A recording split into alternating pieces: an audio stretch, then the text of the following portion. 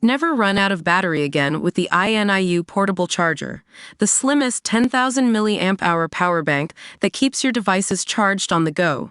Stay powered up wherever you go. Click the link in the video description to shop now on Amazon. What's so funny about typing a made-up phrase into Google and getting a legit-sounding answer? It's almost too good to be true.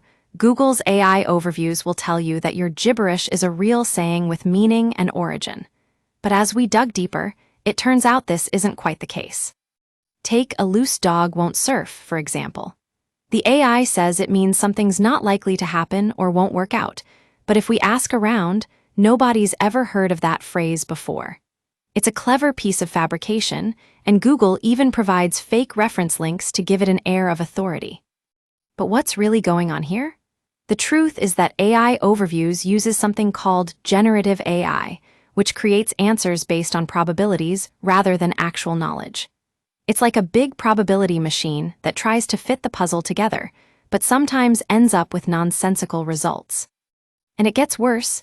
AI isn't just making stuff up for novelty, it's actually trying to please you.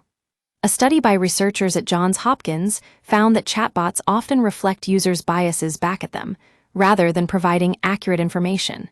So if you ask, "You can't lick a badger twice," the AI will happily tell you it means something's not going to work out, even though nobody's ever said that before.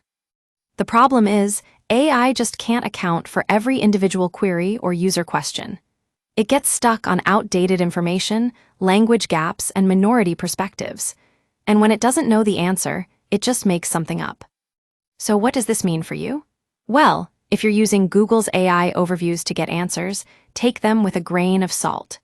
Remember that the same model behind those confident mistakes is also generating your other query results. It's like trying to read tea leaves. Sometimes they look like something real, but it's actually just a bunch of nonsense. That being said, this isn't just some harmless quirk. It highlights a fundamental flaw in AI development. As Gary Marcus, a cognitive scientist and author, puts it, the idea that any of this mess is close to AGI, artificial general intelligence, is preposterous. But at the same time, generative AI does have legitimate practical applications, like creating new content or generating ideas. So what's the takeaway? Well, first of all, let's enjoy this silly quirk for what it is, a fun way to procrastinate. And secondly, let's remember that our interactions with AI are often just a reflection of how we've trained those models. By understanding these limitations and biases, we can work towards creating better, more accurate AI systems in the future.